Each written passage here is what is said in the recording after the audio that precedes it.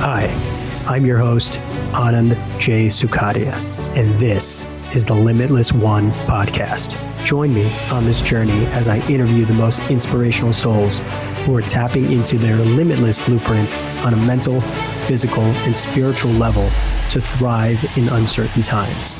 If you feel you are so much more than just this body, just this life, and want to tap into your limitless potential, you're in the right place. Here we go, starseeds.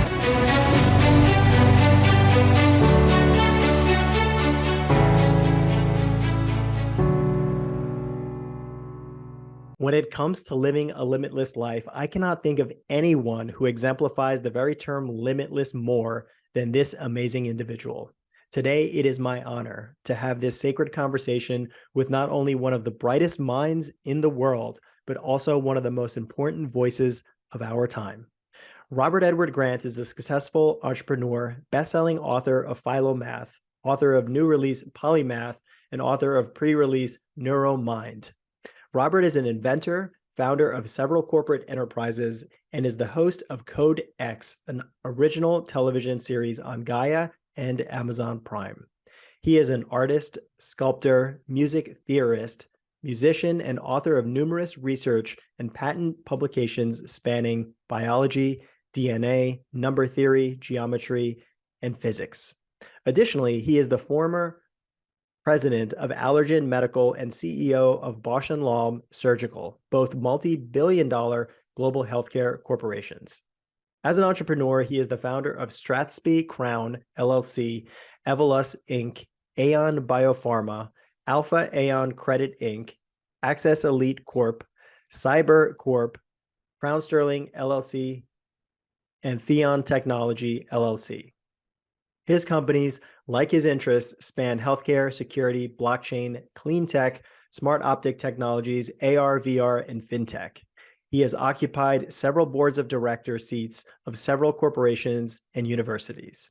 He has lived in 9 countries and speaks Japanese, Korean, German, and French fluently. Robert's mission is to integrate innovation, mathematics, natural sciences, artistic design, and entrepreneurship into balanced creations intended to benefit all.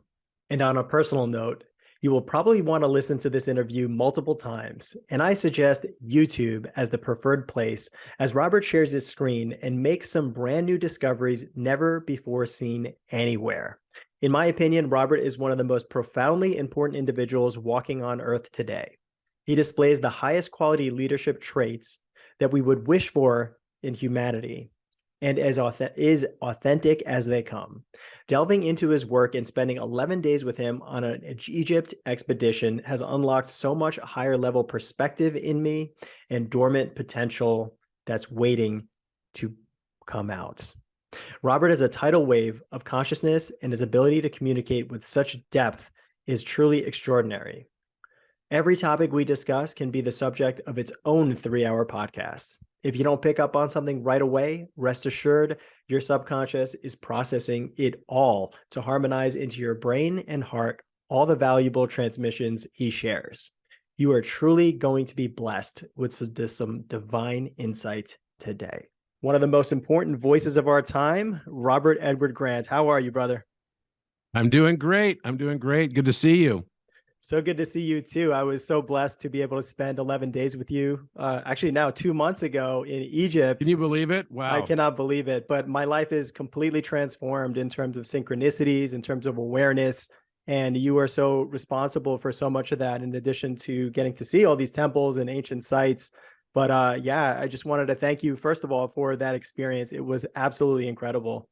No, it's my pleasure. I remember seeing your summary video that you did, sort of your trip synopsis. And it definitely brought a tear to my eye, because I was just like, that's why I exist. I exist to I don't know, help people see the world, hopefully in different ways, and maybe a little bit of the way that I try to see the world.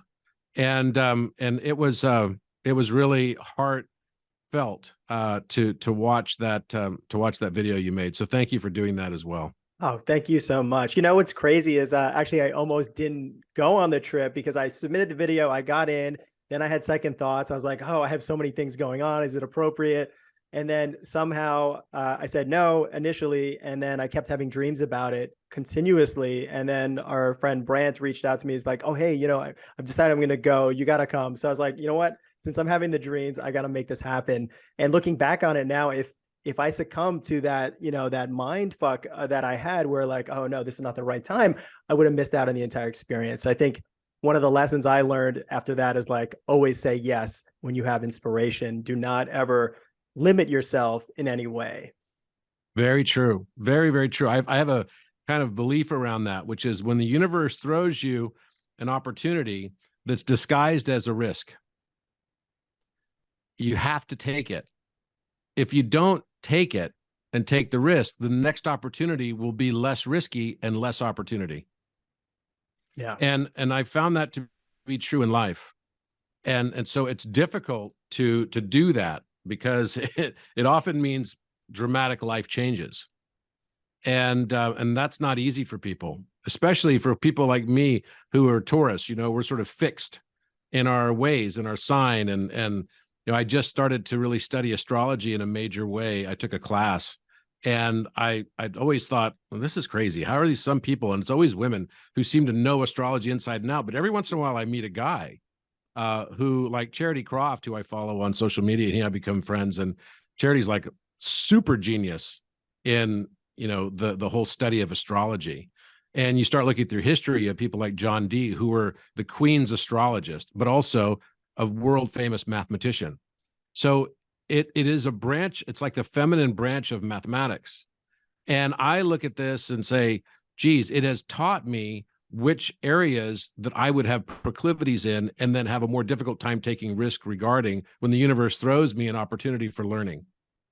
Yeah. And all of this is just opportunities for learning. Absolutely. And you talk a lot about the gamification of life, and we don't unlock the next level of awareness or success until we move through certain lessons. So using astrology can really help that, because there's certain points where there's like launching pads where things can be very successful if you take advantage of them at that time. So looking at all the synchronicities in life and factoring on all your knowledge, when you merge the two, you're able to kind of, have a little clearer picture or set yourself for more success. Because I know that, who was it? Was it JP Morgan that said millionaires don't have astrologers, but billionaires do? Yeah. Yes, exactly. There's something to it for sure. And I think, I believe we all have a light body. It's called our DNA. And that light body is actually a numerical representation, right, of the absorption and the reflection of light. And we are that. You could say that matter is just light suspended, caught between the centrifugal force of radiation and the centripetal force of gravity. And that's what we call matter. It's like sound suspended with mass. And when you think of it in those terms, then you can really understand how frequency and astrological position and numerological orientations can actually have a huge impact on your light signature.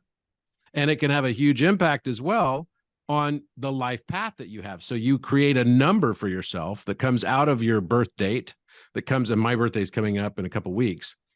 And you have a number for yourself. And in my case, it's 5161969, right? So, and then it's 1803, which is the military time of my birth. And then it's my name, Robert Edward Grant, translated into gematria. Simple gematria. And then it's the location of my birth into simple gematria. And that number will be a large prime number. And that large prime number, when I take its inverse, 1 over that value, is going to have a completely different, value that has a repetition cycle within it, a very, very large repetition cycle, in fact. And no one else has got that number. No one else will ever have that number. It's entirely unique to me. So with that, then you have to recognize that the inverse of that value, if I am the X of that number, then the inverse of that value is my U inverse. It's my life experience, including my samsara path of repetition, all the proclivities that I have, all of the predilections that I experience, all of the bad habits that I carry along the way, all of the shame and guilt that come along with that, associated with being born a Taurus, for example. But then also the good aspects of it come along. I used to think that I was successful because I worked really hard. Okay, maybe I did work really hard, but maybe that was just an orientation associated with being Taurus, right? Because Taurus generally do pretty well successfully, right? They become like masters of earth, right? And in the material realm. But it becomes more challenging for them when they have to start to tap into their heart center. So this is the path of Taurus. Taurus is about the throat chakra and the logos, very much about that. So when we consider then that you take that number for the third dimension, whatever you have, to the third power, that then puts you in the third dimension. And in my case, 5.1619691803, blah, blah, blah, blah, blah, to the third power, guess what it equals? 137.5. Right? 137.5 is the golden angle. And the golden angle is just 1 minus the golden ratio times 360 degrees. Or 432 divided by pi is the golden angle. And so when you start realizing, wait a minute, how could all of this be coincidental? Wait, and even my birthday is actually the number that is the Planck density of vacuum. 5.16 times 10 to the negative 93rd power is the Planck density. You cube it and you get the fine structure constant and the golden angle. Really? All coincidence. So when we realize that we're playing in this game, and I wrote this down today, so I commented on a post, and I think it's worth reading because it was pretty succinct. And I felt, this is kind of an important concept for people to really grasp. And so here's what I wrote. Change your view of what life is. It's a love and forgiveness simulation school, experiential learning simulation that you created to learn and expand through successive challenges and tests, to learn through the presentation of dualistic opposites. To learn and fully integrate unconditional love, you must experience and no longer judge negatively its opposite, betrayal.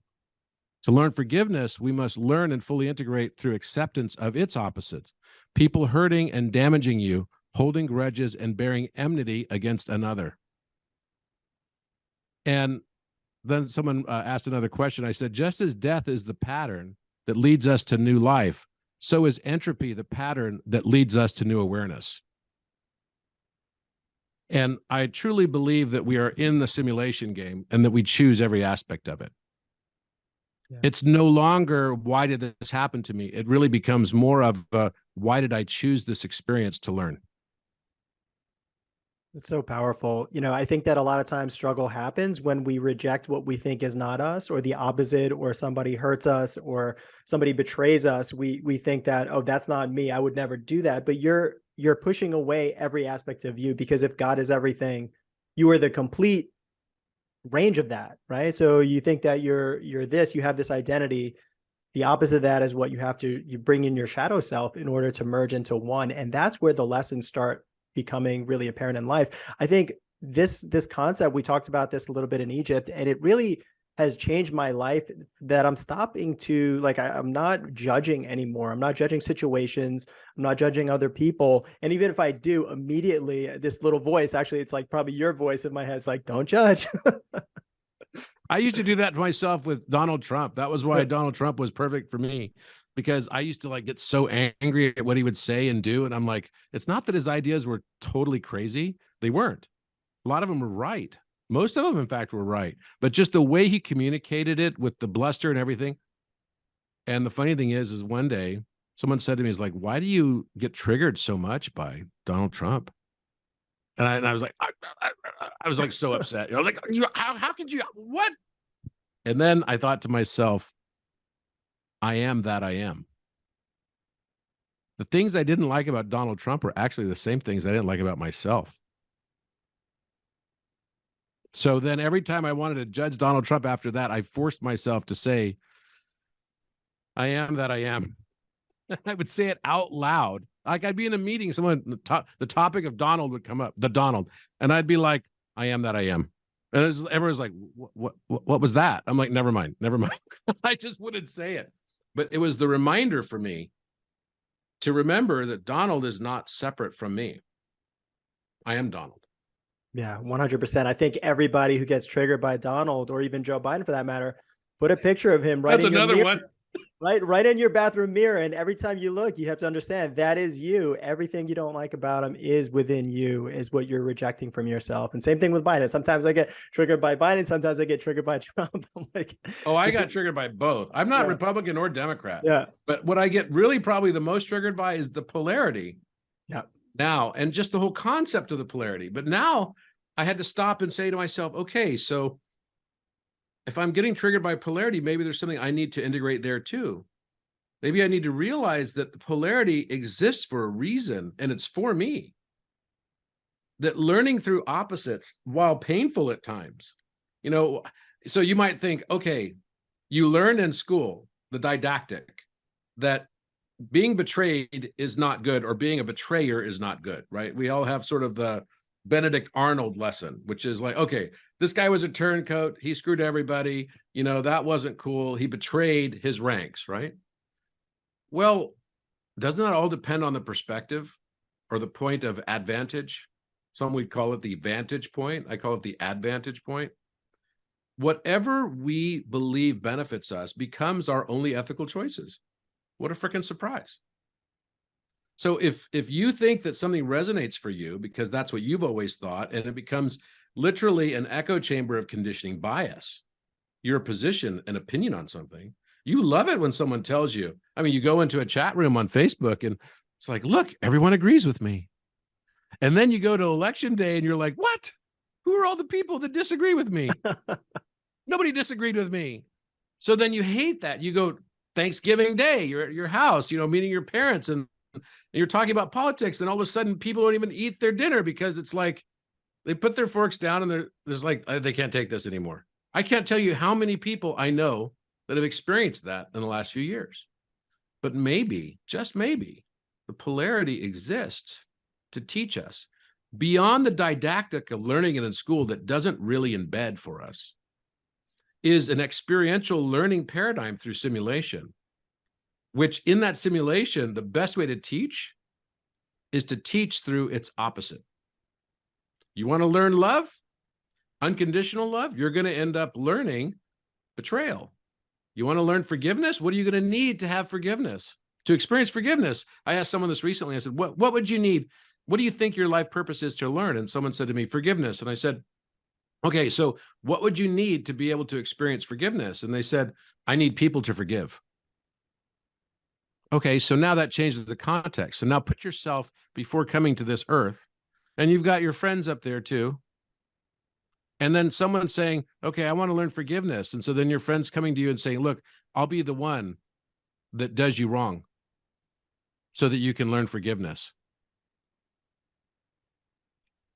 It's all about context, isn't it? Yeah, we don't know what's behind the curtain, right? So like we only seeing life through this 3D.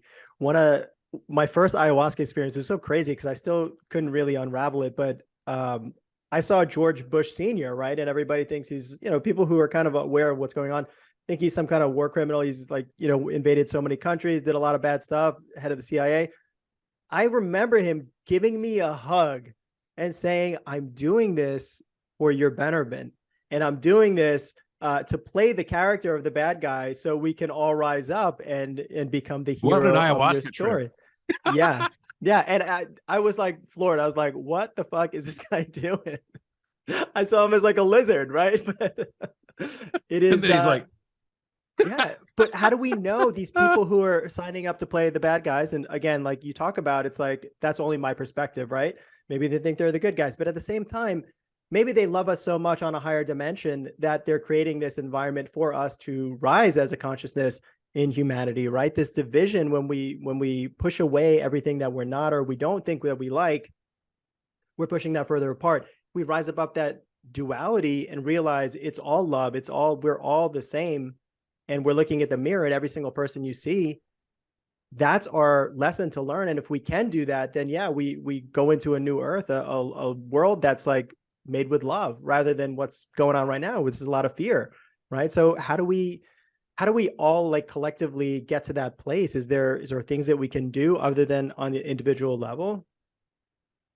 Yeah, I mean, it's it's really a challenge on how to get to that state. But I think there are some actionable things that can be done. And the first step I would say is to start to learn how to integrate your shadow, become aware of your shadow, become aware of the parts and aspects of yourself that you have been in absolute denial of and that everyone else can see except you. We only have eyes in the front of our head. We don't have eyes in the back of our head. We cannot see ourselves from 360 degrees. And with that knowledge, then we should realize that there's a complete aspect of ourselves that is entirely hypocritical that we may not be consciously aware of at all. And that is a key aspect of the alchemical process. It's called the negredo phase. It's confronting your shadow. Negredo just means blackening. Blackening is a reference to the shadow. So you'll start to notice in alchemy, and I teach these in my courses. All of this is taught in my courses on, one of them is called the etymology of number, and the other one is called the language of light. But you'll start to experience a lot of crows around you showing up in this simulation, like black crows everywhere. And just before I went to Egypt the first time is when I was really deep into studying this. And I remember seeing crows all the time. And I got back from Egypt after a huge, like spiritual type experience. And I walked into my office. This office is made, it looks like a giant glass cube, my office does, but in golden ratio proportions, right? Because it's actually a rectangle, perfect golden ratio rectangle. Never thought of that when I got here, but noticed it later after the fact. And you'll find these little synchronicities all throughout. My other office was also another golden rectangle, a golden ratio rectangle. I almost said golden rectal. That's awesome. But like, what was in my mind on that? That had these curved edges as well that looked like Fibonacci spirals. And the address was 19181, right? 19181. And I realized that was just the golden ratio upside down, right? 16181. And so I was like, oh, that's interesting. And it was actually on the street that we had our office on is called Von Karman as well. And someone came to me and said, oh, do you know that your street is named after the guy that discovered the vortex phenomenon? So I'm like, Von Karman? He goes, look up Von Karman Street vortexes. And I find out that this guy is around the same time as Einstein, who basically wrote the seminal work on vortices. And then we have a cross street, which is Michelson of Michelson-Morley, which discovered the speed of light. What a matrix.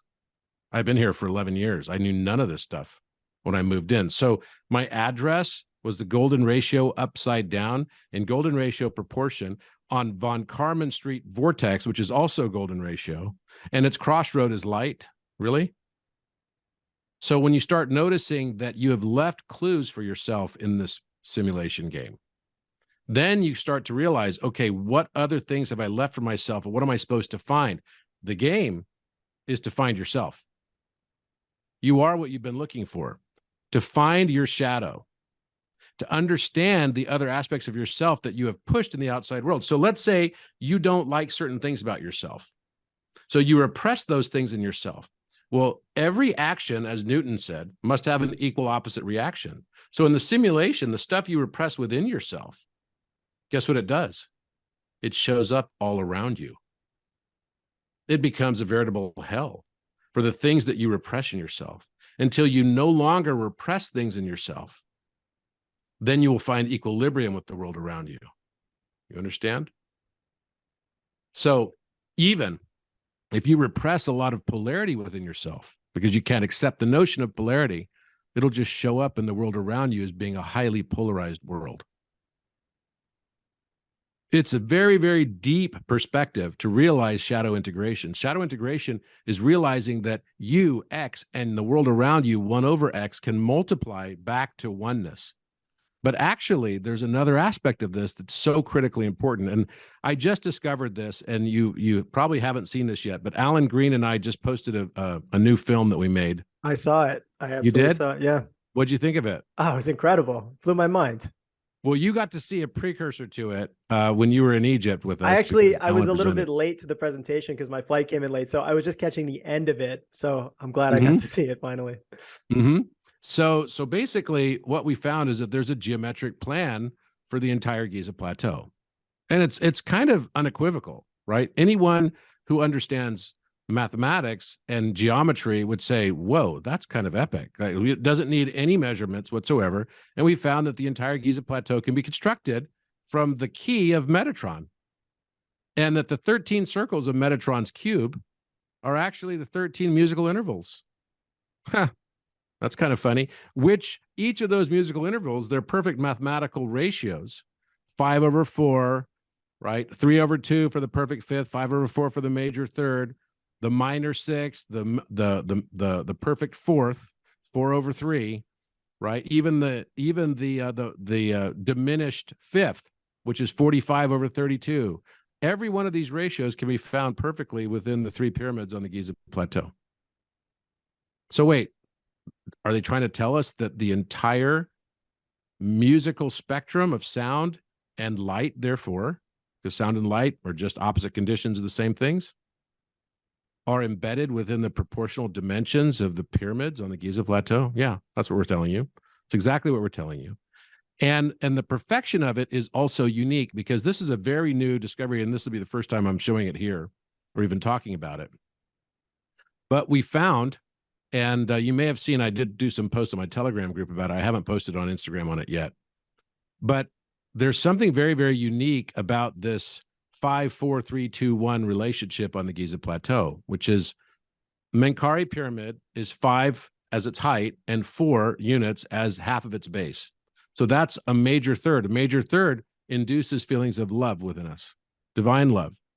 But the minor sixth is its opposite. It's the inverse, and it's also embedded within the same proportions. In fact, it's the exact same 2 notes to play a chord, except they're played in differing order and from higher octaves. So there's an ascending aspect and a descending aspect of it. So when we look at Menkaure Pyramid, we feel, whoa, this is beautiful. It's like romantic love, but there's something mysterious about it. It's darker as well. Even the stone there is kind of like this reddish black color granite, which is different than the other pyramids. So you want to understand what it's about. Well, what it's actually telling us on the one hand is romantic love, yes, but embedded within the experience of romantic love is actually the seed of heartbreak. It's opposite. And that's the feeling people get when they listen to the minor sixth. 6 and 3 sum to 9. So the third sums with 6. That's why it's the inverse of it, and it flips its polarity.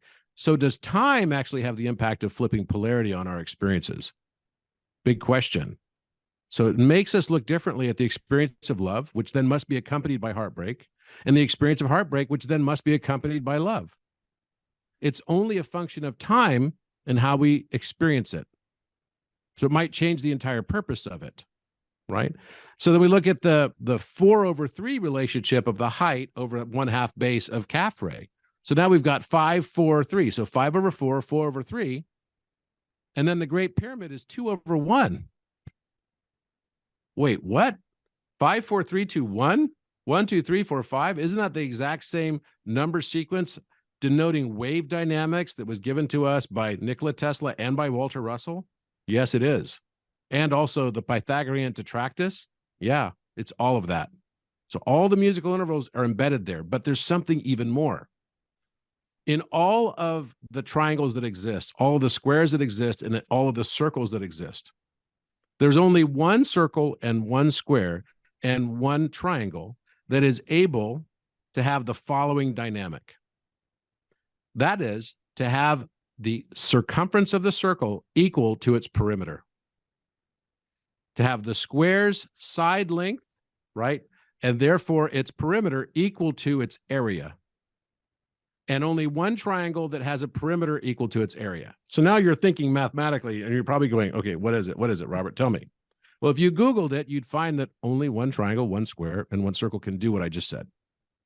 And when I say one, even though the shape is identical, it's when you ascribe unit value to it that it makes this difference. Do you have any idea what circle allows you? It's not that difficult. You could figure it out. What circle radius is required to have its circumference equivalent to its area? I have no idea. It's 2. It's 2. So let's just do this with 1 and see what happens, right? See if it works. So if we have a radius of 1, what would be the area of that circle? So pi r squared, right? So r squared, so r is 1. 1 So squared equals 1 times pi equals pi. So it's 1 pi. Yeah, so it's 3.14159.262.535. Fine, it's pi.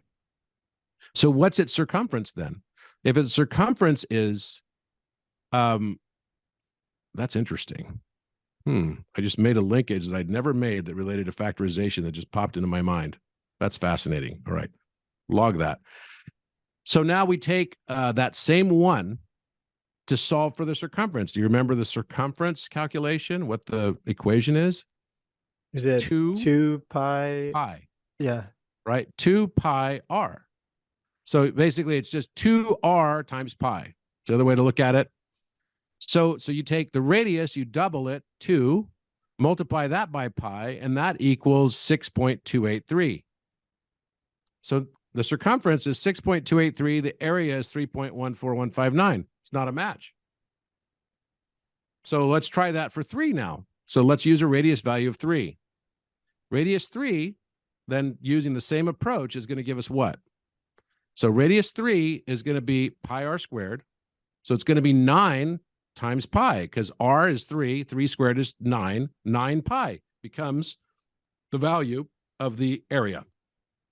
So then what is the circumference? It's going to be 2 times 3 is 6. 6 times pi.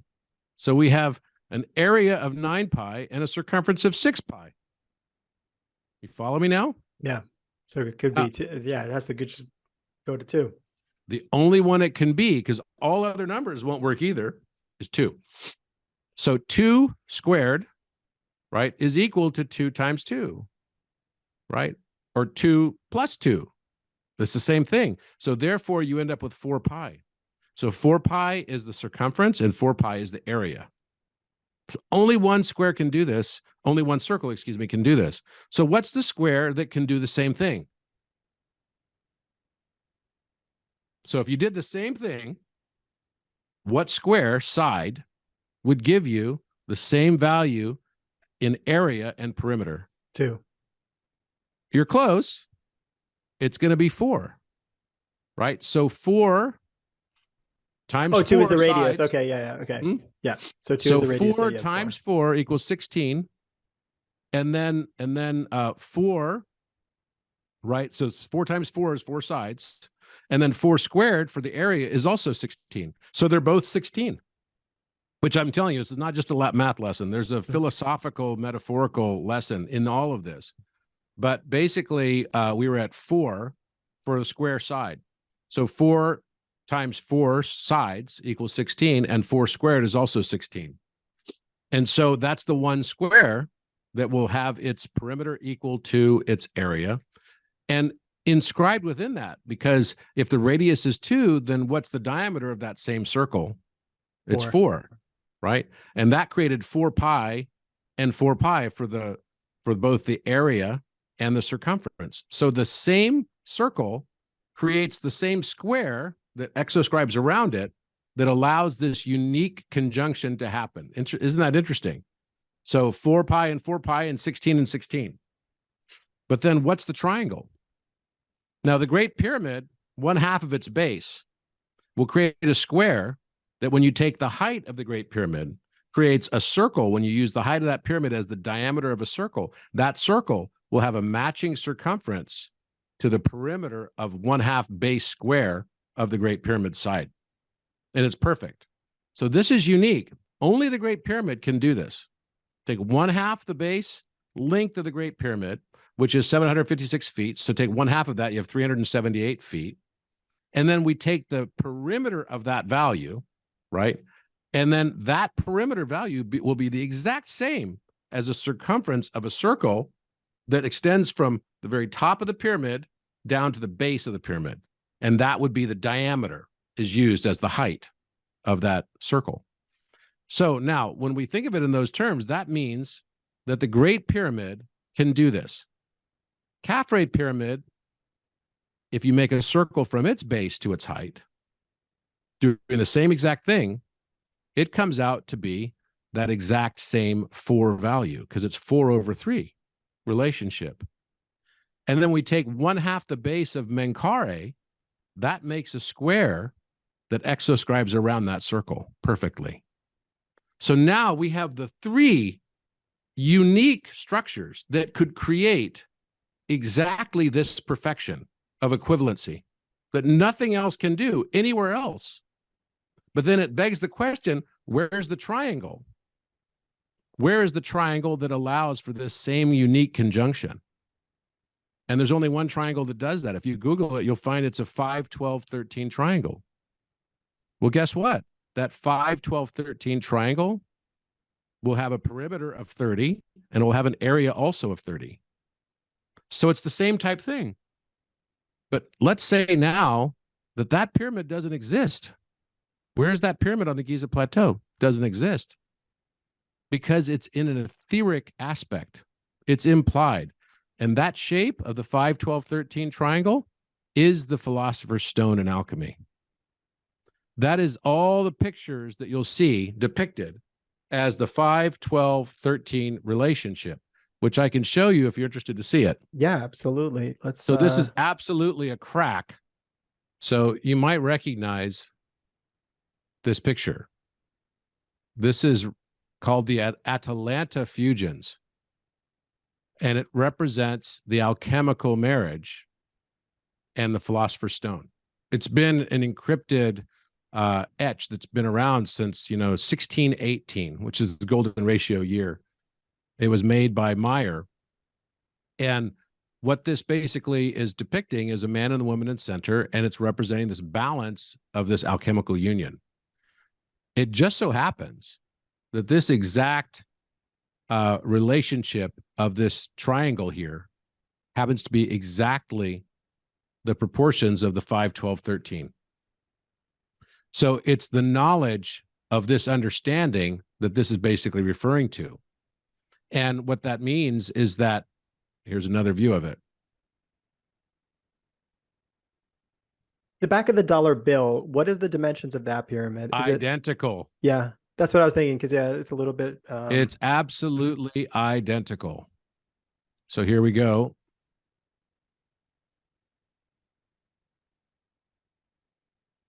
So this is an encrypted message. So the 3 pyramids actually create the square and circle that perform this unique aspect. The philosopher's stone is the 4th pyramid on the Giza Plateau. It's in the etheric realm. It's a representation of having achieved the knowledge of that balance being necessary. And it just so happens as well that this is matching the exact proportions of the Vitruvian Man. So if we go to Vitruvian Man and we find here, so here's Vitruvian Man. And all we have to do is take this and we're going to put this right on top of it. We have to expand it a bit. And actually we do something else. I'll show you here. So you'll notice here, there's a slight gap on this circle on both sides. So all we have to do is we're going to take a line and put it right up against this thing. I need to put a cross section on this. So it needs to go across here first. Okay. And I do a perpendicular line to this. There we go. So look, look, his thing is even pointing here to exactly this line. Notice that? So he's got his compass exactly on this line to the center, right? Now I could take another line with this, and I'll place it here, and another line, and I'll place it here. And now I'm going to make a square at that base, which is, it's interesting. One of the things about Vitruvian Man is the base is more wide at the base of the square than it is at the top of the square. So now if I take this, place a dot here for where this square would be, so we can see how narrow the square becomes at the top. And now I make another square. So I've got a smaller square within it. You see that? So now I'm going to change this color so we can differentiate a little bit. Now I can place the Vitruvian Man on top of this, and I'll bring him back just like this. I have to expand him now. Okay, that looks about decent, right? Yeah, now it's right look. on his solar or heart plexus. Yeah. Right. It's like, what the hell? It's like a dagger right into the heart almost, right? It's pretty wild. Yeah, the Opening it man up. and the woman right Yeah. over Vitruvian Man. Yeah. And look, the triangle of the 5, 12, 13 is the exact same triangle. The base here is the wider width. See, it goes all the way out here. And I didn't size it exactly perfectly, but see how this little bit goes a little bit farther out. Yeah. And the same thing over here, right? So it's coming all the way out on the side here, but then it's getting narrow. You can see where this line that he drew starts to cross over into the blue section, right? And if I did this absolutely perfectly, which is not so easy to do on this, I have to move this around a little bit, right? And then rebalance it slightly. You see how it goes all the way here?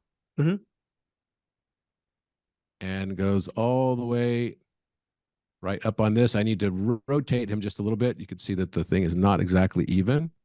So I'll go like that, just a tiny bit. There we go. And what this is basically saying,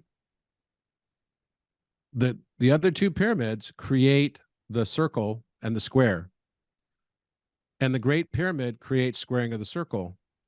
But the missing proportion is this 5, 12, 13 relationship, which has the eye, which is above the head, broken off on the dollar bill. So I could take this exact same thing, place the dollar bill over it. Let's go grab it.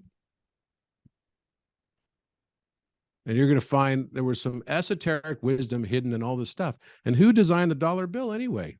George Washington. George Washington himself. Yeah, the president of the United States. I would love to see Joe Biden create a dollar bill. Right? How funny is that? Okay, so let's grab this. There's so many layers of something else. Yeah, there's so many layers of this, right? Yeah, it's like, so profound. Are you kidding me? Yeah, Are from you the freaking builders. Kidding me? Yeah, from the builders of it, but then also, you know, the people who founded this country and, you know, esoteric knowledge, people in secret societies, they picked up something here, and, you know, now it's coming out with through your work and through so many others that are, you know, putting this knowledge out there. What do you think the message was from the builders? We're in a giant like national treasure game. I think that's what it is. And you're the treasure. Find yourself, transcend judgment, realize why you are here in this school of learning. Fall in love with it just as it is. And that's what this is telling us. You are what you've been looking for. All the things you've judged and everything. And what this is really telling us is also about our own uniqueness. So we all kind of fall in this temptation of wanting to, in a way, fit in with the world, right? We all want to fit in, and we all want to be like everyone else so that we can be liked, we can be accepted by others. And so we start to judge ourselves for the things that we think take us away from that. And then over time, we start realizing, wait, you know, I'm not really separate from the rest of the world. I'm, you know, just I'm part of it, but, you know, it's all one. And then we start to be ashamed of our own egos and our own identification. And yet Carl Jung calls the enlightenment process individuation. So individuation is a very different thing, though, as a concept. Individuation actually means that you realize your own uniqueness, why you are here, and fall in love with it. So that is the real message, right? That is the message that is basically being told us in all of this, I believe, that you have a unique note to play.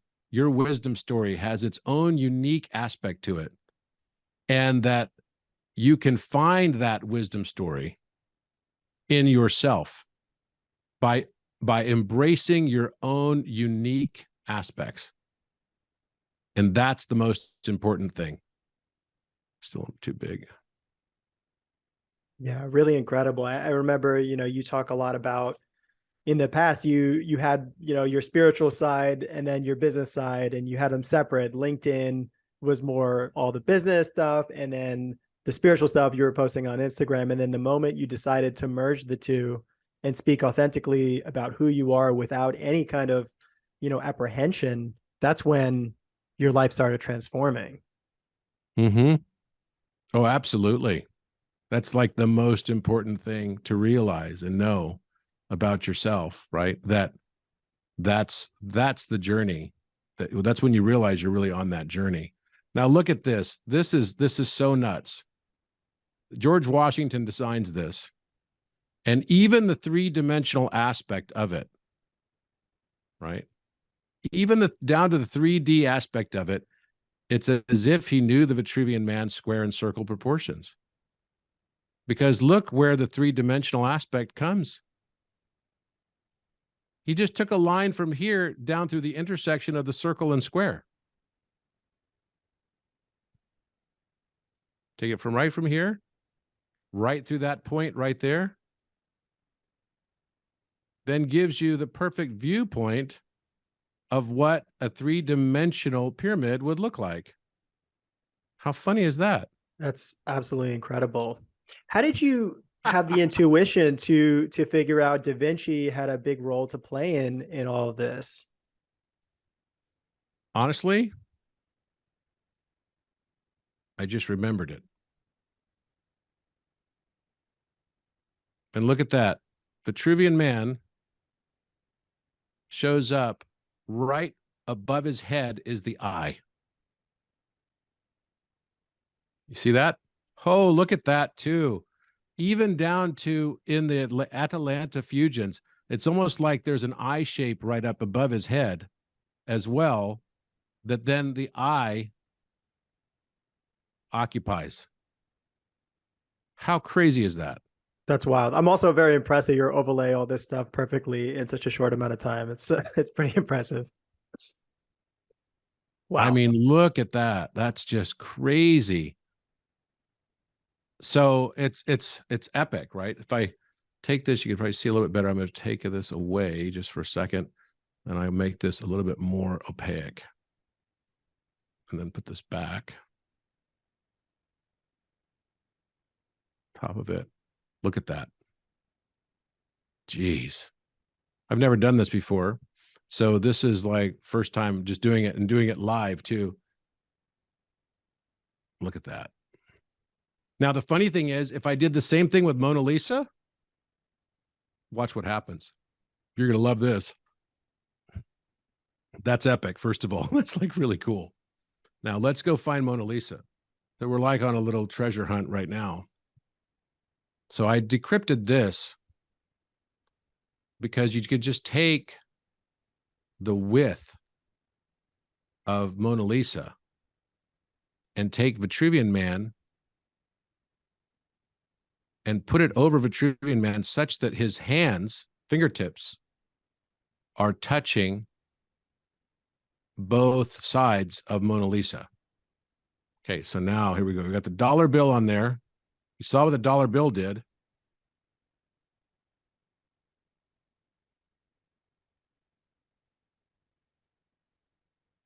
Now let's take this. We'll make her a little bit less opaque also.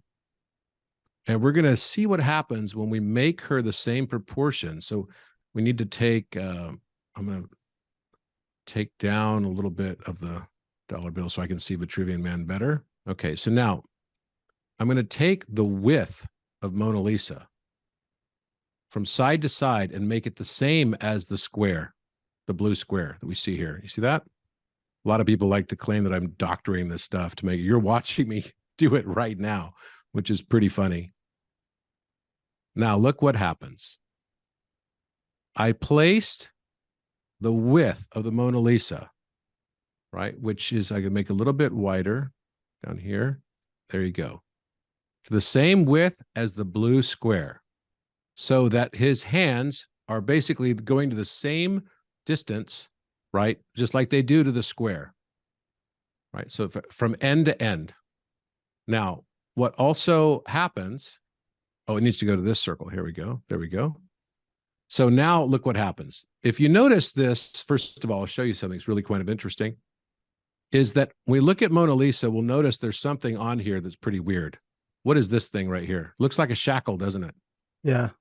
It's like a shackle, like a letter C or a sideways omega on a chain. See this chain right here? It's like a black chain. And then there's a hook behind her neck. See this hook? Then the same kind of paint. It's like a black paint. Nobody notices it. I think it's like a smudge or something. Well, if you look at Vitruvian Man, and if we, let's see here. If we look at Vitruvian Man, now we're going to take her, bring her down to 0. And notice there's like a broken shackle right here. Exact spot. Yeah. First of all, he's got like a cuff right here. You see this? Yeah. Okay. And then it's got like something that's hanging down, looks like an open sea that's hidden. And if you look away, this even looks like it might be a shadow of some sort of broken shackle or something all the way over here. Can you see that? On the right side, there is no cuff. So you can see there's a line here, and then there's a fainter line right here. It literally looks like a cuff. And then on the other side, no cuff. See that? Now we take Mona Lisa back. There we go. So now we got Mona Lisa here. Let's put this in the exact position. Now watch what happens.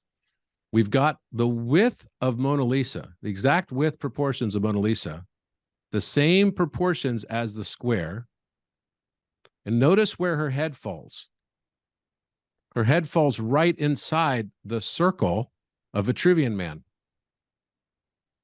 And what happens to the shackle? It fits right over the wrist of Vitruvian Man now. Can you see that? Yeah. Right here. Like a key that goes in a lock. What the hell? Like, seriously, when I discovered that, I was like, wait, what?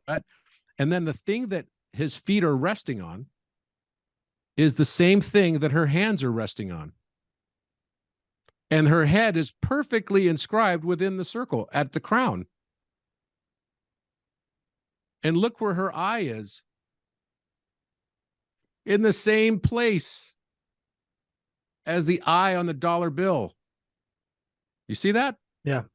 Now let's see if we can bring back the dollar bill. You feel like you're watching National Treasure? Absolutely.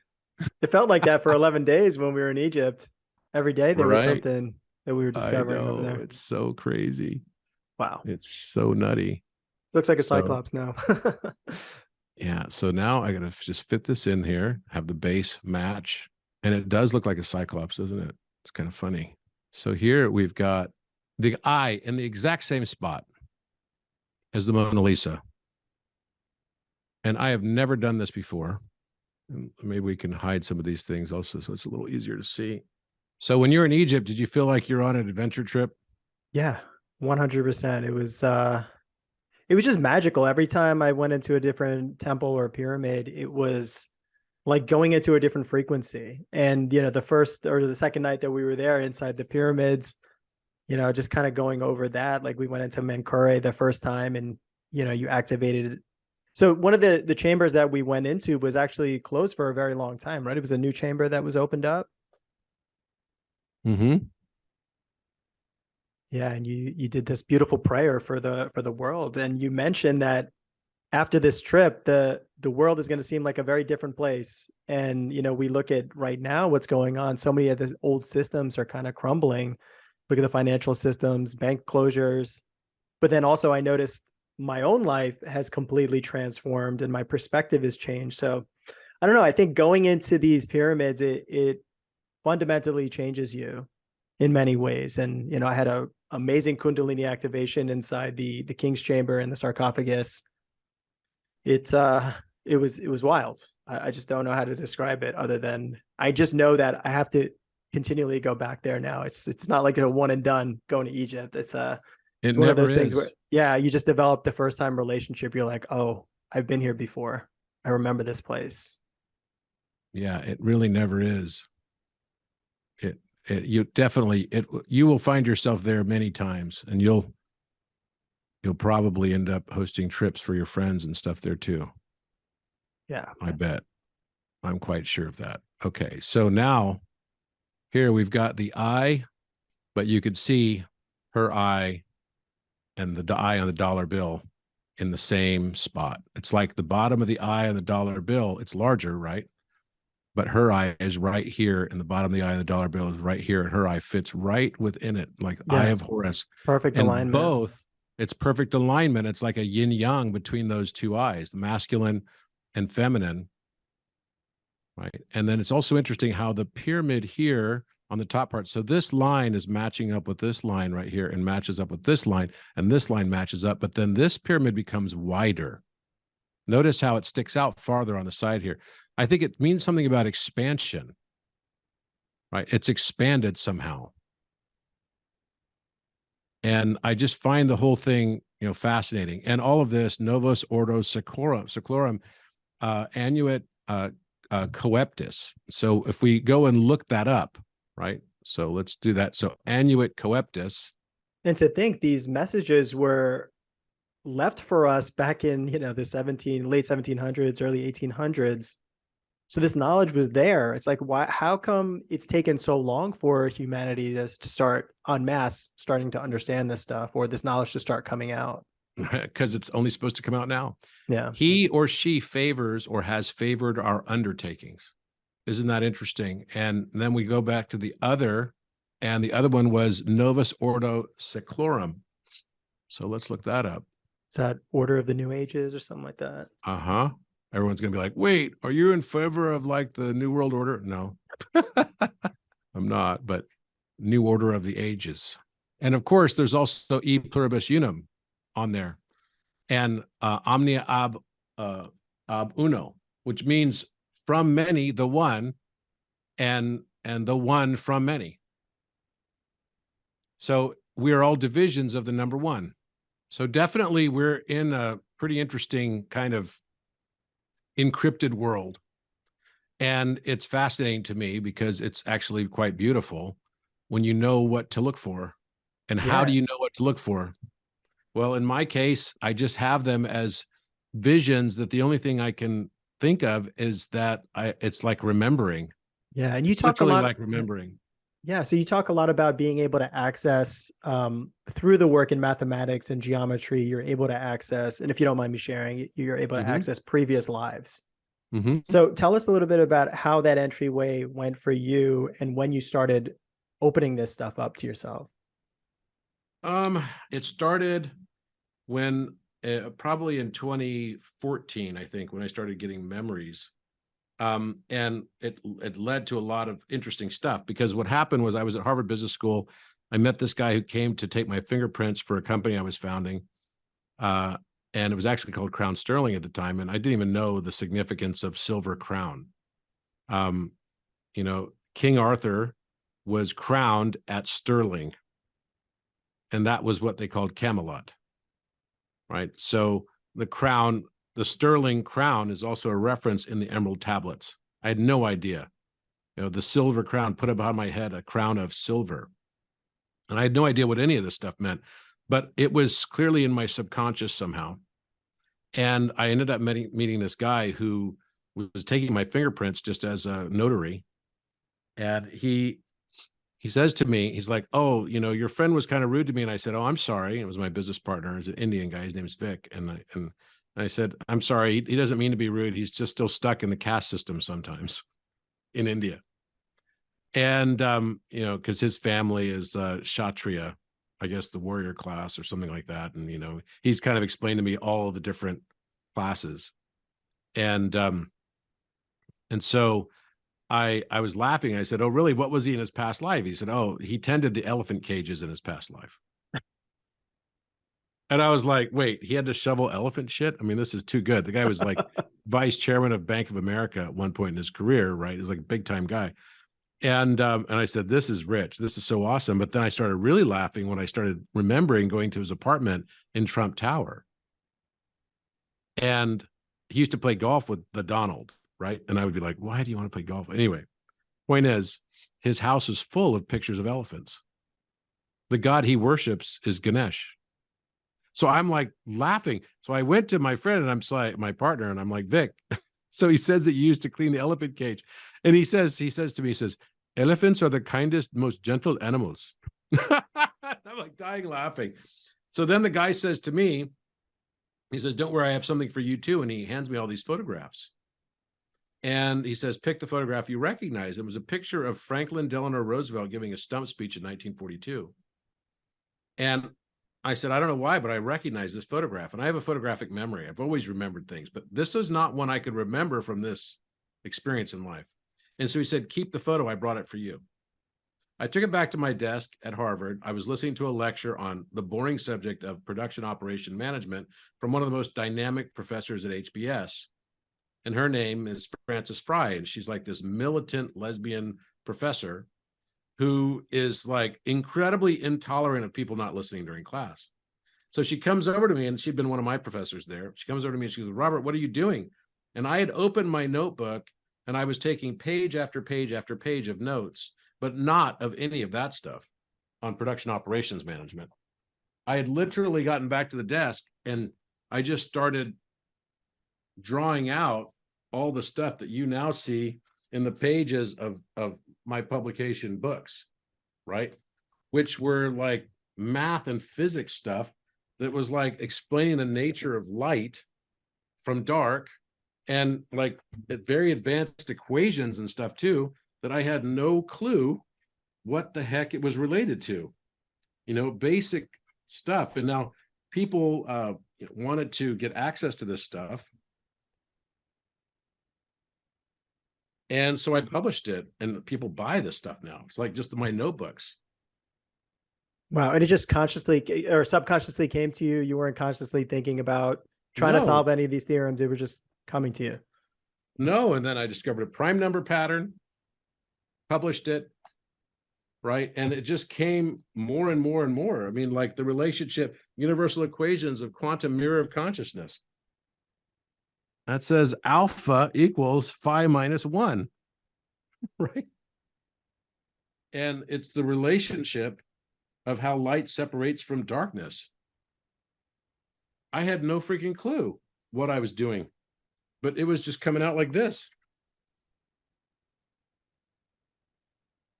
Like hundreds and hundreds of pages, and it didn't stop. And I started filing patents on it, and I never, ever even considered that it had anything to do with seeing that photograph. So that was just an activation point for you, seeing the photo. Yeah. This is the periodic wave of elements in the form of flower of life. Wow. Those are all of the elements right in there as musical notes. There's only one element moving through its periodicity. I was writing all this stuff down, filing patents on all of it, right? So I've got lots and lots of patents on this stuff now. Where are we at? Like 60 something patents you have? About almost 70 now. I just got another few in the last few days.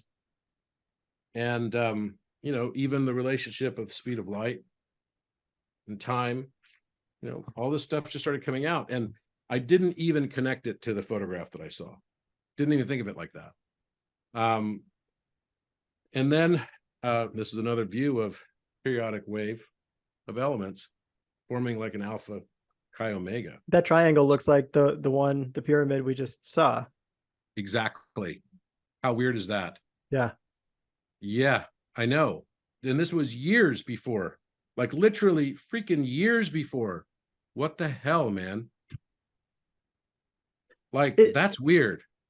It's insane. A lot of the great discoverers, inventors of our time, Tesla, Da Vinci, even Ramanujan in India, creating like these advanced theorems in physics. Yeah, all this stuff was on 24. I've definitely been a student of Ramanujan.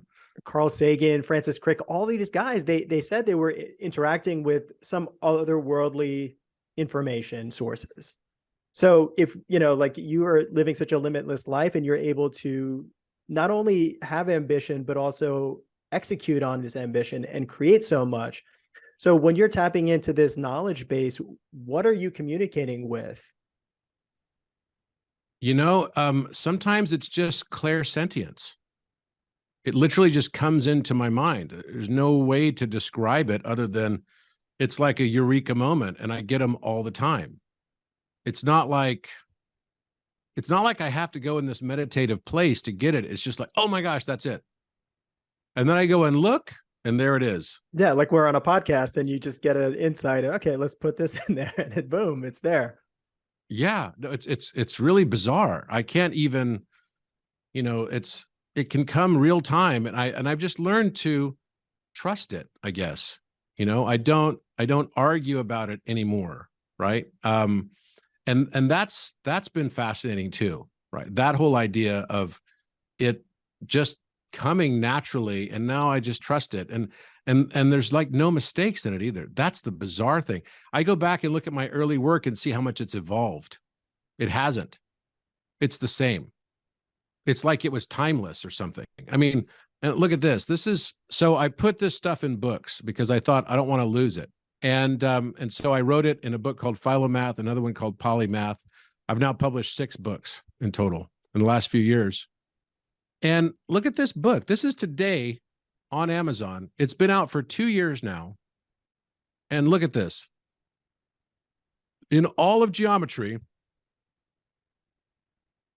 it's number 2 right now. It's been the highest selling book in geometry for the past 2 years. And in number theory, I mean, this is like next to like Euclid's Elements and stuff, right? Most elegant equations and all that. I mean, like, what? Really? And actually, when you look to see, because I have all these different versions of it, and just the way we put it in so we could track it as the book version of it, right? So that was just the Kindle version. And yeah, here's the book version. Also, same thing. It's like, wow. Yeah, the world is ready for your information.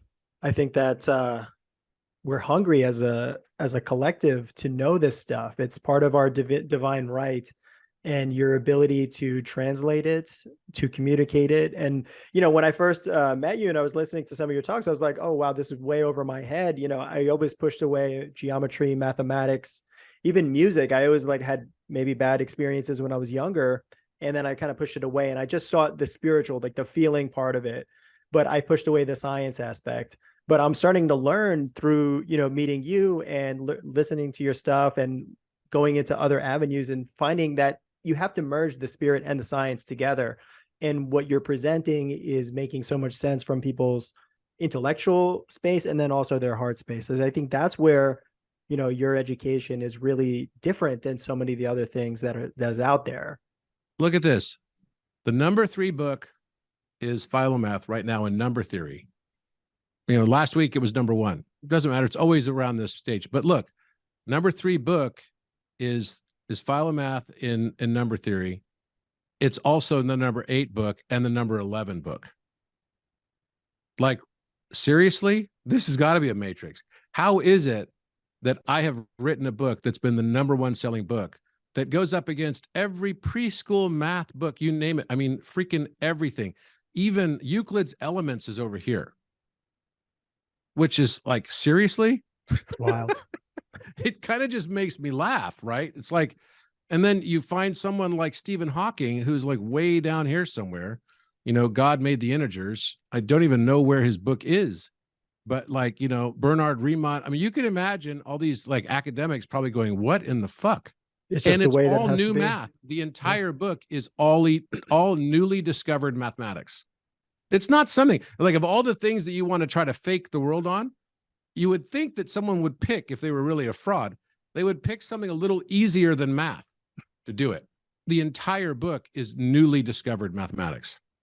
So that should put it into context, right? I mean, that's kind of a mind boggler right there.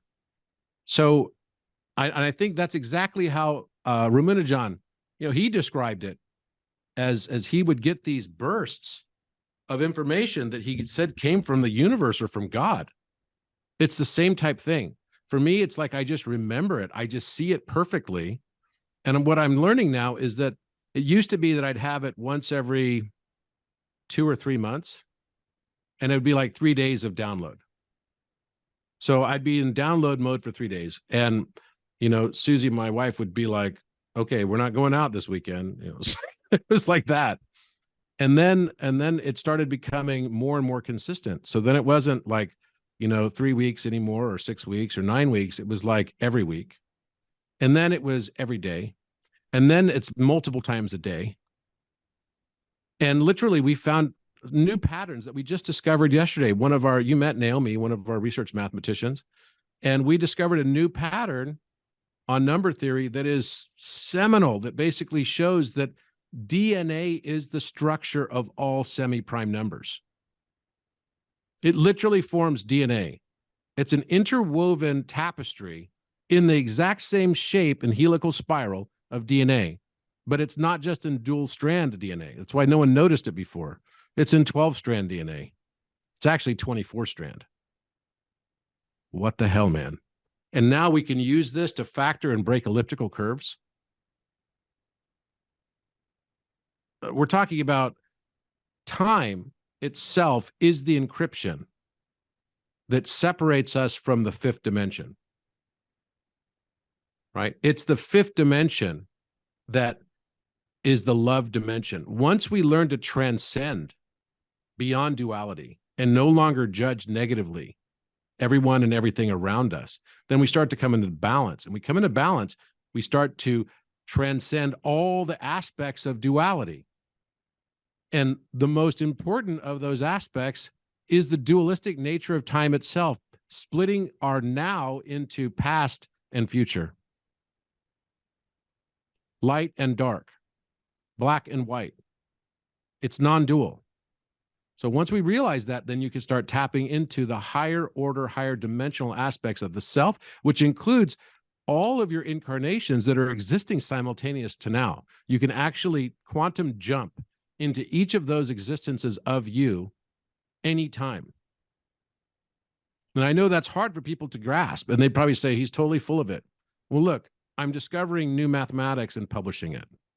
You don't need to believe it. I don't even care if you do. It doesn't even matter to me. The people that are meant to see it will see it, and the people that are meant to understand it and comprehend it will. People that aren't. That's okay. And I accept it all, and I love it all, because that's part of the learning. Yeah. So once we step out of that dualistic nature, right, and start love, peace, and forgiveness, right, that's the glue that holds it all together. During another ayahuasca experience I had, I actually met Jesus. And what he told me is that, first of all, he gave me a big hug. And he said that the only message I want to share with humanity is love, peace, and forgiveness. Everything else, don't worry about. It's those three things, and you will ascend.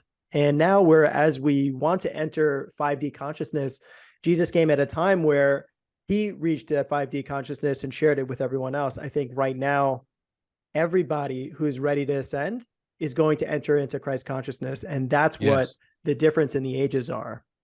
Yes, you're right. You're exactly right. So it's intended to be this way.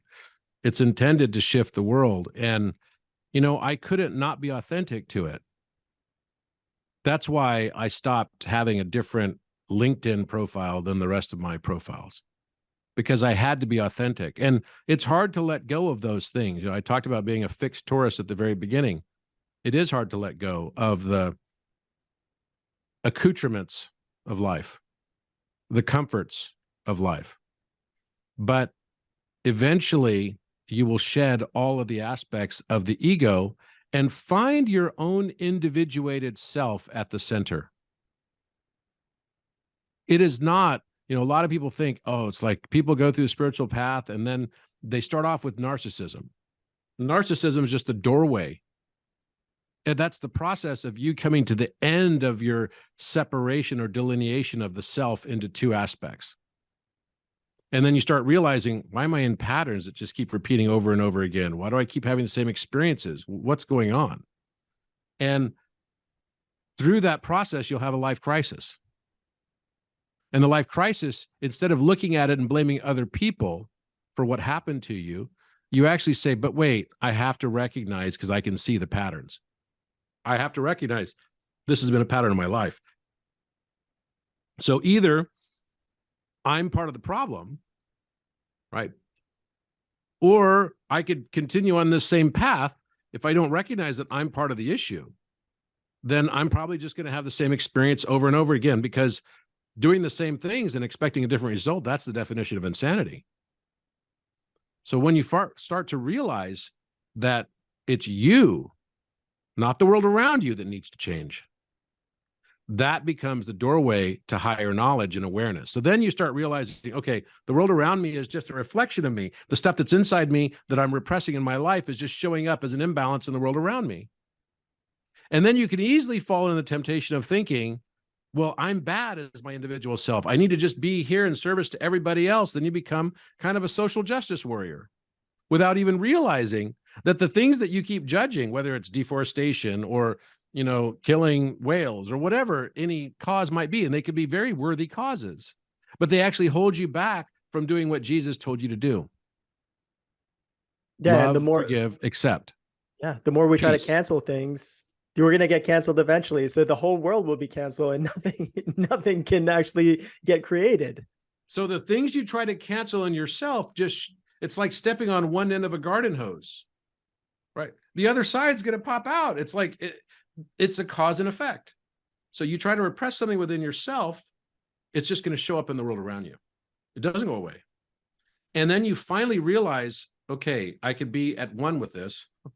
Let me just accept it all and start falling in love with the journey. You know, a lot of people think that Earth is an escape room that needs to be escaped. I don't believe that. I believe that the only way to transcend this world is to fall in love with it just as it is. No exceptions.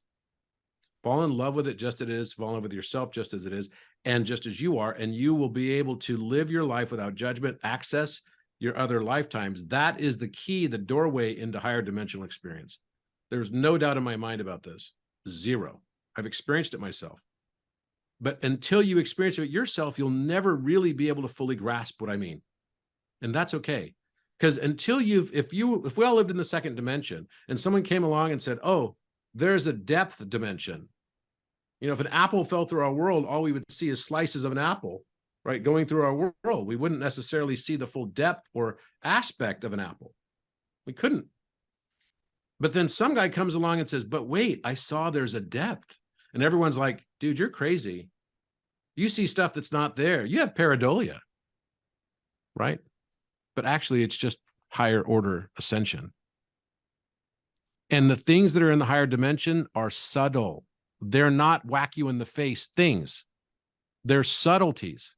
So you have to get used to seeing and perceiving the subtle nature of things. Psychedelics can definitely help. No doubt about it. You know, psychedelics don't bring you an illusion. They reveal the illusion you're already in. And I think that's a powerful thing to recognize. You get a new way of seeing the world around you. And then when all of this happens, then you come back to this center point, which is, okay, if I'm part of the universe and the universe is me, then who is Robert? Why does Robert exist? And that brings me back to what we started with. The circle that has circumference that's equal to its area. The square that has perimeter that's equal to its area. The triangle that has perimeter that's equal to its area. These are the unicorns. The unicorn convergences and the three pyramids on the plateau represent these exact shapes and proportions. And squaring the circle as well. So if it's the unicorn, then is that not a metaphor for who we are? That our uniqueness and understanding our uniqueness is our greatest purpose? That the universe has placed us here to observe itself through our unique eyes of perspective? That the things that we didn't like about ourselves, we try to push away from ourselves, were actually the things that the universe created us for? That we are here to experience the world through our eyes so that we can feed an Akashic record and allow the universe to expand and grow through our perceptions, our emotional states, our experiences. That's why we're here. We expand the universe through our own unique perspective that no one has ever had before and no one will ever have again. And that is when you truly fall in love with the self for who you are. And that, I believe, is enlightenment. It's individuated. This is why Carl Jung wrote the book Aeon, about the individuation process. And I don't think it's a coincidence. I founded a company 11 years ago that in 2 weeks is, going to have a major event that will be, it's coming out, and it's Aeon, which is another name of Thoth. The Aeon card in tarot. And I didn't know who it was when I first founded the company. I remember seeing it at the New York Stock Exchange in a vision in 2011 when I came up with the name. So more than 11 years ago now, I saw a vision of a company with a ticker symbol AEON on the New York Stock Exchange. And I was like, well, I got to look up, see if I can get that name. And that name was taken by other companies that in the meantime sold. They lost their name. So I grabbed them as soon as I could. And then I got the ticker symbol and the stock exchange and all the things that go along with that. And then I later realized in tarot that the Aeon card is the Thoth card, where Thoth is sitting on a throne with Maya dancing in front of him. The illusion. And then I learned from Muhammad, our mutual friend in Egypt, that the city name of Heliopolis used to be Aeon, and that the name of the guy who designed the Great Pyramid was an architect that took the name of Aeon, sometimes referred to as Hemiunu. Aeon, Hermes, Trace Majestus. This is an incredible matrix of our own making. I don't even like to use the term matrix. It's a creatrix. Once you break this boundary, then you are free to create and to live in your world in balance. It doesn't mean that you're all of a sudden, oh, I've achieved enlightenment now. Like life is easy now. Just bring me the wine and grapes, just like someone should have like a palm frond and no, that's not the way it works. It's not the way it works. And there's no one on this earth that's any better than you. There's no one that's worse than you, and there's no one that's better than you. There is no better than. That's a hard one for people to grasp. What about all the evil people? What about the pedophiles and everything? They're all just reflections of you that are creations of yours. One of the things that just happened in physics is that it proved that with the latest Nobel Prize that local realism is false. There is no materiality. Can you imagine the impact of that knowledge now in science? Materialism is dead. The concept of materialism is dead. Don't believe me? Look it up. Look it up. The cover of Scientific American, local realism proven false. Does that mean that when I'm not observing something or when no one is observing something, maybe that thing doesn't exist? That's exactly what it means. Or maybe it simply exists as a wave of potentiality. When you start thinking in those terms, then you can understand why someone like Jesus would explain the concepts of faith moving mountains. Yeah, so it's this fabric that has the potential to create anything. It's only the intention of each person that's going to paint their canvas. So, that I know you mentioned some time ago that on another podcast, I think it was like every possible reality happening all at once is not necessarily the case, right? It's only what the intention or the observer is seeing. That's what's being created. Yes, and you can also experience retrocausality because, and we all experience it every day already. When we have a bad experience, we can look back on that experience and say, that was the worst thing that ever happened to me. Oh my gosh, it was terrible. And then after a few months, you start seeing the wisdom of it and what you learned from it. And very often, in my case at least, I look back on the hardest times of my life with the new perspective that was the best thing that ever happened to me. Oh my gosh, I can't believe it. The time showed the change in polarity. Just as looking at Menkaure Pyramid gives us this feeling of, wow, it's love, it's beautiful. But also in the same proportions are embedded the design of heartbreak. It's just a function of time. So it helps us to change our perspective on everything we experience. The universe isn't happening to me, it's happening for me, all for my learning, because I'm in the school of learning what Jesus told you in your ayahuasca medicine, right? That it's about love, peace, acceptance, forgiveness. That's what this world's about. It's not about learning better judgment and being a better judge. It's about learning how to love and how to be loved. Absolutely. It's so beautiful. Robert, why do you think you came here to planet Earth as Robert Edward Grant, and what did you want to experience? I think it's right hidden in my astrology. And if you don't know, a lot of people know the following things about astrology. Most people know what their sun sign is, right? That's the month you're born in and what your astrological sign would be. And most people also might know their rising sign. And then if you kind of get people that understand themselves a little bit further in astrology, they might know their moon sign, right? They might even know their ruling planet. But very few people know the shortcut to enlightenment. The shortcut to enlightenment is knowing your north node. The north node is like your North Star. You can spend most of your life, and your last energetic signature in your last lifetime is basically your south node. So you now move into a new opposite position from your last lifetime.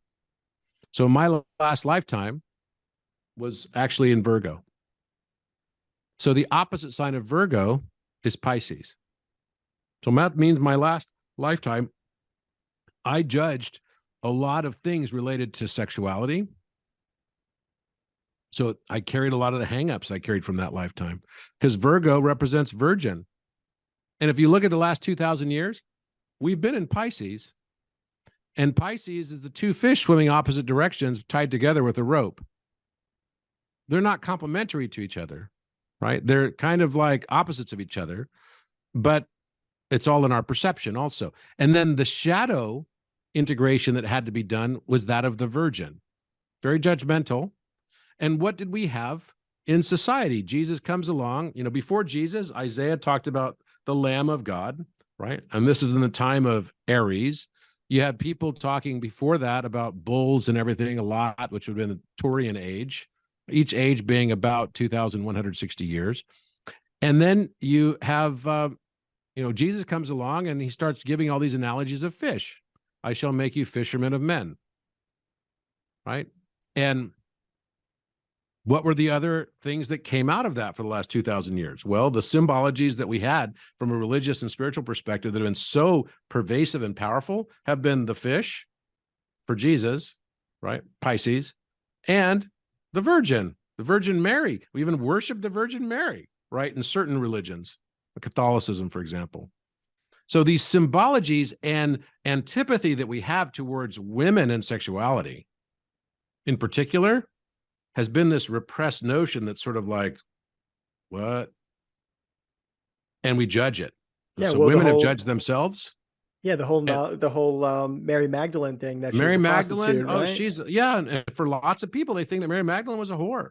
Yeah. They confuse her, with this notion of being a prostitute.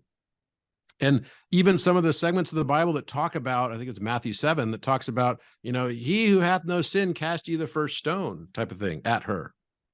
It's the same kind of concept. We vilify the people that don't inure to this archetype of virginity. So what are my south nodes and north nodes? My south node is Virgo, that judgmental, earth-oriented, right, aspect. And that fits in line with my Taurus. But my opposite is to become now a mystic. My north node in Pisces means to become the mystic. That's my destiny. To teach esoteric wisdom to the other aspects of myself, to the people around the world. And that's exactly what I'm in alignment with right now. That's the life I'm living right now. It's not like I want to be a religious leader, because I don't. And I don't want to be paid anything for doing what I'm doing, because I don't. I don't want to create some sort of church. Religion to me is teaching judgment, whereas spirituality teaches non-judgment. And that's why I'm here. So beautiful. Yeah, the leadership that humanity needs is somebody who's going to teach about self-empowerment for all, rather than listen to what I say, and if you don't, you're going to be in trouble. You're going to go to hell. Yep. Yep. I'm here to decrypt the messages I left myself through time. I'm here to remember what my purpose is and to reveal the secrets and mysteries that have meant to be revealed now. And to play my part, and not to give a man a fish, but to teach people how to fish for themselves. Yeah, so powerful. Robert, I want to thank you so much for coming on. You're incredible. I know you have a lot of things going on. I don't want to take up too much of your time, but what's the best way to follow your work that you do? You could follow me on Instagram, Facebook. I'm on all the platforms. The best way to get, my information is also to be on my website, Robert Edward Grant, and subscribe. You can hit the subscribe button on the first page. There's also a television show on streaming TV on Gaia called Code X. We will be doing season 2 and season 3. Gaia has been hounding me the last few days. So we're definitely going to do that. I have enough material for like 3 more seasons at least. So they're probably going to want me to do a binge watch material thing because the show's done really well. And also you can find all my work in music. I wrote a new tuning standard called Precise Temperament Tuning. My YouTube channel is another place to go. And of course, my books, Philomath, which I just showed you, and POLYMATH, and the Mirror of Consciousness series, which is the books of all of the, handwritten notes, et cetera, that you could see as you go through time on these. They're very, very basic in the beginning. I didn't use a compass and straight edge. They were just like word vomit almost. It's just like, I got to get this out. And now they're far, far more beautiful and much better artwork and everything. It's like I've become an artist through this whole process, and I didn't even ever intend to be. When I started recording all this stuff, it was just to get it down and not to lose it and forget it. But now it's every time I do it, it becomes artistic. It's like it's a beautiful artistic expression. And that's where I would recommend to go is to the websites and my YouTube channel, et cetera. Yeah, you're such an inspirational guy. Like I see you keep unlocking different levels to your life and to your awareness and to your work. So I think that you showing the way, everybody else can realize how much potential, how much limitless potential we all have. And that's one thing that I came away with on this trip that we went on is like, don't ever consider yourself that you're playing small. Be grateful for everything that you have accomplished, and know that there's so much more that sing your song authentically and don't ever hold back. So yeah, I want to thank you for being the person that you are and for authentically sharing yourself with the world. Let's do this, because I just made this recording, Yep. which I think is exactly in alignment with what you're ending with here. And maybe we'll end on this because I think it's exactly the point that you would like to make from this. It's just downloading it real quick right now. Mm-hmm. So, it's interesting. I would say that if you could tell people what was the one big thing that you took away from Egypt, you may have already expressed it. You talked about the limitless potential and all that stuff, but what would you say to people? How do you express it right now to people? What do you say to people when you say going to Egypt was, and then finish the sentence? Yeah, it was an activation, like we talk about QR codes all the time, going into these temples, just looking at these hieroglyphs. I think that the builders, they knew that you weren't going to maybe understand literally the translation, but when you're looking at these things subconsciously, they're coming into your mind, your subconscious. When I was on the Nile River, we went on a cruise for 7 days. Every single night I woke up in night sweats because I was just downloading so much stuff, and being on the Nile River, this healing river, the people that we met, we danced, we laughed, we had such a great time together, the camaraderie, some of my best friends, that I met on this trip. And each person has such a special gift that they share with the world. Listening to your knowledge and, getting, acclimated to all of this stuff. I mean, there's so many levels of appreciation I have, but I fell in love with myself again, and you have to constantly go through that process in life of falling in love with yourself and loving yourself deeper and deeper. So I think that's one of the biggest takeaways from that trip is really falling in love with myself. And during the trip, there was a lot of, things that came up in terms of limiting beliefs and all this kind of stuff, but I was able to move through a lot of it and kind of heal a lot of it. And just talking to every single different person on the trip, each person had a story that was almost identical to my life. So it's almost like this soul family coming together. And I look at the totality of it all, and I realize that I look at everybody and it's me and I am them. And it's really incredible. That is definitely what it is. And on that note, and thank you for that. Fairly, the only real obstacles we face in this world are the ones we truly believe in. If you think you can or you think you can't, you'll be right. That's the Henry Ford famous quote, and it goes back to the whole story of Star Wars, which is another hero's journey. Luke Skywalker had to find his own darkness. He had to go and battle Darth Vader, who later he finds out is his father, and he had to crack his mask and then see that it was his face inside the helmet. We all have to go through that moment. We all have it, and that's the shadow integration part that precedes being able to raise to higher states of conscious and awareness. If you can integrate your shadow, that's what Hermeticism absolutely teaches above all else. Integrate your shadow, understand who you are, understand these principles are all like principles that must carry through. They're like the base fabric of this existence. But actually, because astrology, alchemy, all these things, esoteric wisdom, they're all tied together. The weights and measures, all of this. Because also Thoth, Metatron, these same figures throughout history are ones who actually gave us weights and measures. We think that it's all arbitrary. They're actually all mathematical constants, all of them. Do you know that 6 feet, which is a fathom, which is really just father, mother, fathom, mother backwards, 6 feet minus 1 meter is the Euler number. And it's it's probably equally important to pi. But we think that these are all just arbitrary units of measure. Isn't the foot just some king's foot? No. In a mental construct, in a game of mentalism, maybe by the choice of your zodiac in this game construct, Maya, it determines how successful and abundant life you'll have.